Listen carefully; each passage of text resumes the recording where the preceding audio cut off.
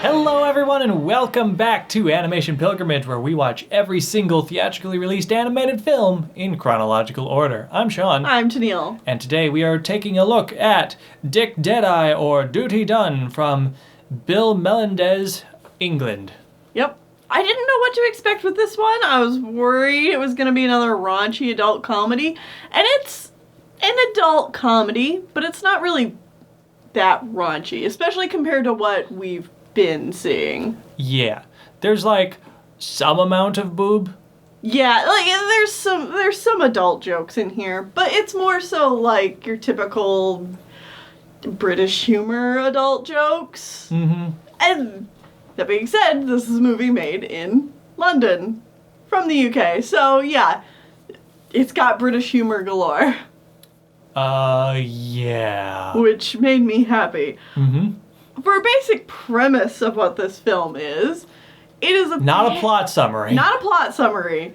Just to give you an idea of what this is. This is a musical using songs from a whole bunch of Gilbert and Sullivan operas, particularly Trial by Jury, The Sorcerer, HMS Pinafore, The Pirates of Penzance, Patience, Llaneth, and The Mikado. And I gotta admit right up front here, I have never seen a single one of these shows. Ooh, me. I've seen The Pirate of Penzance. Pirates of Penzance? Pirates of Penzance. Once, It was like, I was in high school and we went and saw a local college put it on, so it wasn't even like I can't even say that it was like the full production. It was probably an abridged version, but I've seen that one at least. Yeah. That's about it. And I'm guessing you don't even really remember it all that well. No, not really, no. Yeah. Okay, so Sean and I are completely in the dark here. And it's a parody with a bunch of these songs mixed together and given a new plot. And then, on top of all that, the character designs are all done by or inspired by. They look too close to this artist's style to just be inspired by. They have to have been directly at least done by, but I don't necessarily think that he had anything else to do with the production, but done by a famous illustrator, Ronald Searle, I think is how you say his name. And I feel like I've definitely seen this guy's work before, especially his cats. Yeah, I absolutely have too. It's one of those styles where it's like, oh yeah, I know this style. And I think, but then like looking at his art, I'm like, I don't know that I've necessarily recall seeing any particular one of these other than maybe one of the cats before. And I think it's just because it was such an influential style that it inspired so many things at that time period. Like, we've already seen films kind of try and take on this kind of art direction. 101 Dalmatians is talked about having its style inspired by the artwork of this guy. The previous British film we watched, The Glorious Musketeers? is sort of, no, I'm talking more about Ruddigore. Oh, Ruddigore, yeah. Yeah. That one's also based on Gilbert and Sullivan opera, but also kind of still has this general art direction. It's not as precise and as clean as it is in this film. Clean is a bad word to use because this artist's style is not very clean. It's very rough. It's very rough, which makes for very interesting character designs and really interesting animation. This had to be a nightmare to draw. Oh, God, yeah. But it's fun to watch. Yeah, I don't know. I feel like a lot of this film just goes straight over my head because I'm not familiar with the source material it's parodying at all. I'm not really familiar with this artist other than other things that's inspired by this artist. And like, I don't know if there's supposed to be some sort of meta humor that's going on by connecting these two, Gilbert and Sullivan, and the artwork of Ronald Searle, but I'm like, is there, or is it just as nonsense as the plot? Like, it might just be because it felt like a good, silly...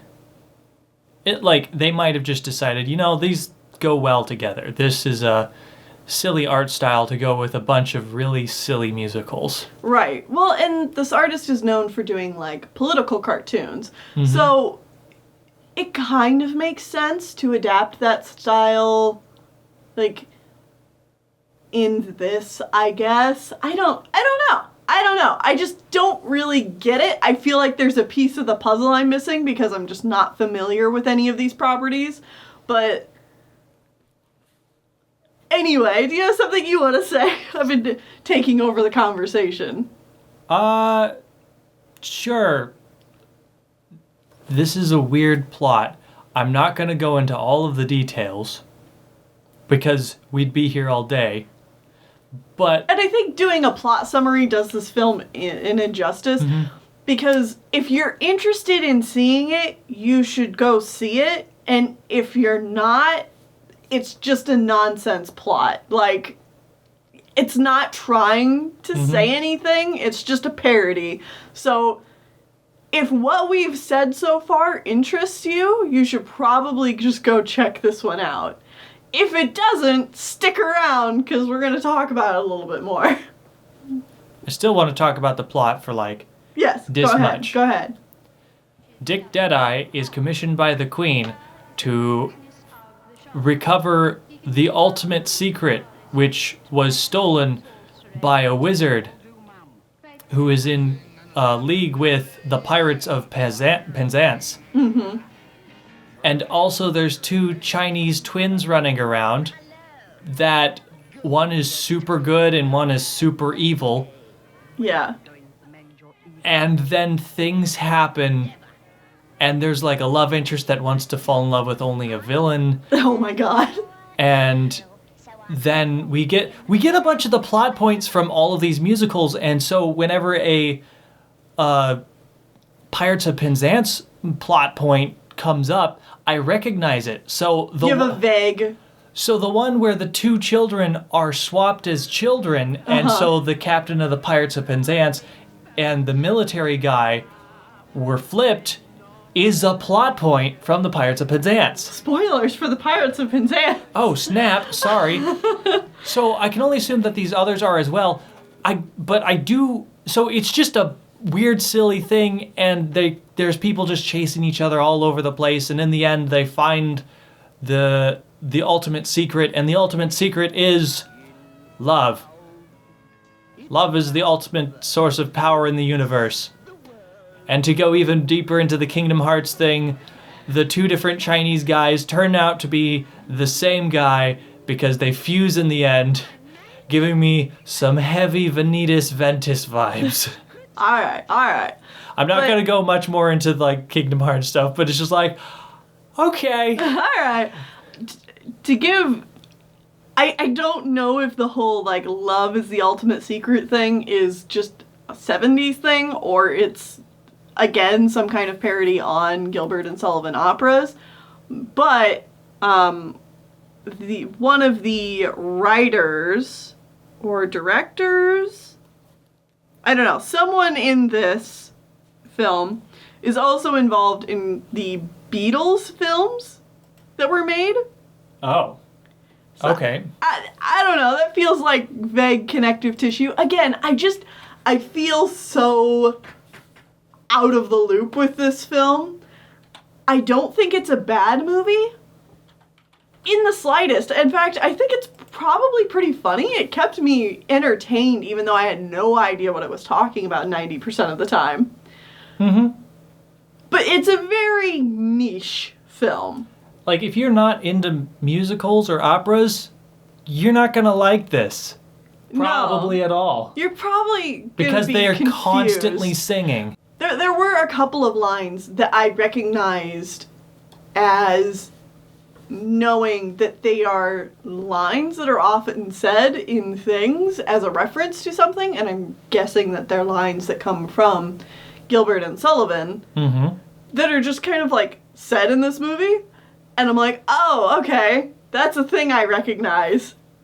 But that's it. Like, that's all I got. So, cool. yeah. I really don't have anything else to say about this one. It's interesting. It has a cool art direction. And if the niche is something that you'd be interested in, you know, like, check it out. Yeah. But if not, probably just skip this one. Yeah. So anyway, what do we got next? Well, next time we have another Russian film. We have Bedbug-75. Ooh, okay. Or Mayakovsky's Laughing. And this is from Soyuz Multifilm again. Sweet! So I have no idea what this will bring us, but... Excite, more Russian animation. Yeah. See you guys next time. I am the very model of a modern major general. I've information, vegetable, animal, and mineral. I know the kings of England, and I quote the fights historical. From Marathon to Waterloo, in order categorical.